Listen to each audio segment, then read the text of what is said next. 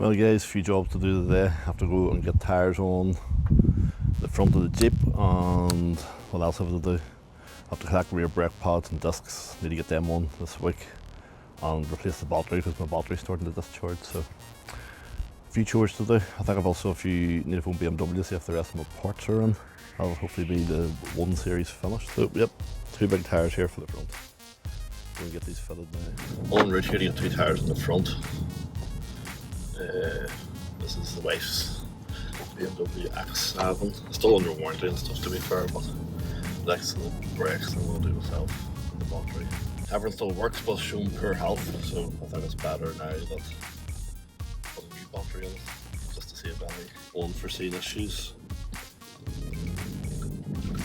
I suppose if anybody is interested, the X7 is a bigger version of the X5, a good bit bigger to be fair.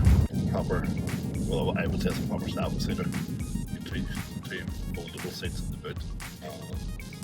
They're reasonably spacey.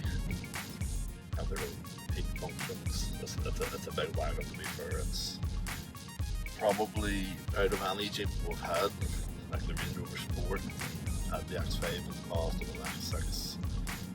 The X7 is definitely I would say it's the king of them all for comfort, and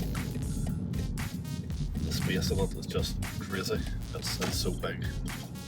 You see beside an X5, the X5 actually looks tiny now.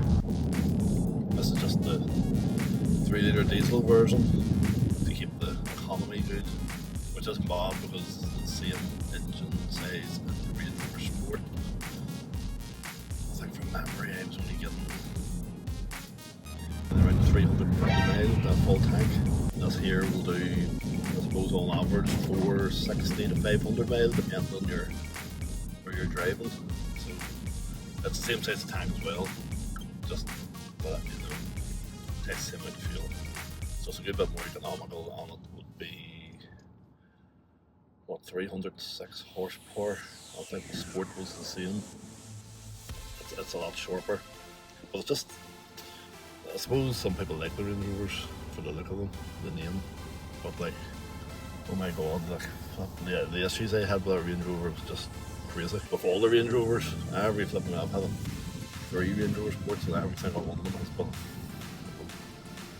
in-house, nothing, problem after problem, and although the world are warranty, it's the hassle.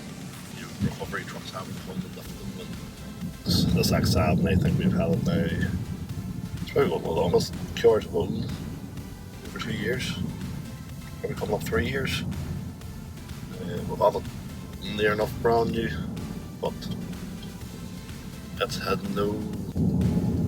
it's been faultless so far. Easy driving, or upkeep. You know, if anybody wants to buy an X7, or I suppose, I don't know about the X5, but the X7, like the brake discs and stuff are flipping. You'll pay money servicing these things and keeping them road legal. Like front discs and pads, which I will need to do in a few months, I would say. Oh, maybe £1,000 to £1,200 for them. And that's from the dealer. I think you can buy the discs. Sorry, that wasn't pads, that was just the discs. The discs to buy are about £900, I'm being told. But the rear pads and discs weren't as bad. Obviously they're not as big. And then tyres, just depends what tyres you put on. This thing has only 2-inch wheels and probably P0 tyres on it, so not cheap. £1,000 to £1,200 for 10 tyres. Well, before the back tyres can last 2 weeks, the front tyres have lasted alright. But then the way my missus drives, I think she's a shoemaker. So I'm sort of averaging 2 sets of back tyres for every 1 set of front tyres. Although it's 4-wheel drive, there's more bias to the rear of the car. And obviously it has adaptable suspension, it's all airbags, you can lift it up and lower it down depending on what mode of driving you put it in.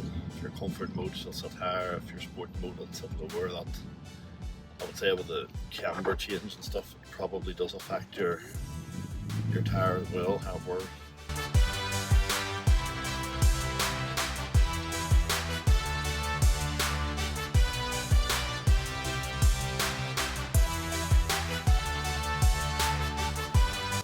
So just got the tyres fitted there. Pepper's a wee bit camera shy, so I didn't want to record too much of it, but 2 front tyres are on. Bad news is I now need 2 back tyres. Told you the back tyres are always bad, they go out faster, so they're still legal, but I'll need to get them on because we'll have a road trip to England next week for a wedding and I don't want any issues. But here we are outside Jimmy Hamilton's in town, so I'm going to collect my brake pads, discs and battery. So we'll go in here and get our other bits collected, and then I'll need to phone BMW and see if them other parts have arrived in, because I haven't heard. Ooh.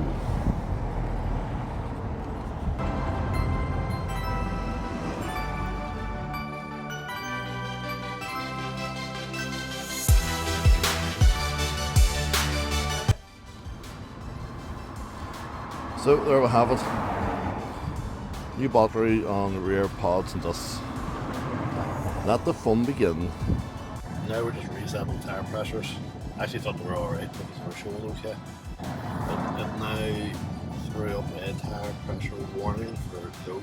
So perform the reset as we head to BMW now. It's a lot of driving right in with it. But once we get all these bits, hopefully that is it. And bad battery can fire up loads of electrical faults, wee gremlins that lurk in hidden places. And then you think you have issues that you don't actually have, so better being safe than sorry. Yeah, we're just heading here now. Here we are at the BMW yards. Here now, and this is hopefully the last of our parts. Bad news, I thought the parts were in and they're not, so back to the drawing board. I can probably continue on without these bits, to be honest, because I can fit them afterwards, so rather than get held up with the rebuild, I may as well just get stuck into it. But I'll see what the missus is doing when I get home here, because she might need to go out in Jeep, so she needs to go out. I'll not do the servicing on the brakes and the battery. If she doesn't, then I get stuck into that. But I'm on my way home here now, so I'll see you guys in a minute for yous, and with the traffic out here, probably half an hour for me. So, another change of plans. The Tyler's been today. This is our new house that we're building. Don't want to reveal too much, but a lot of groundwork needs done. This is our forever home that is bankrupting me, making me work 40 million hours a week. But this is our pivot door. It now looks small, but it's actually huge. It's pretty cool. There's electrics, apparently still needed one. So, 2 big shower trays for a couple of the bathrooms.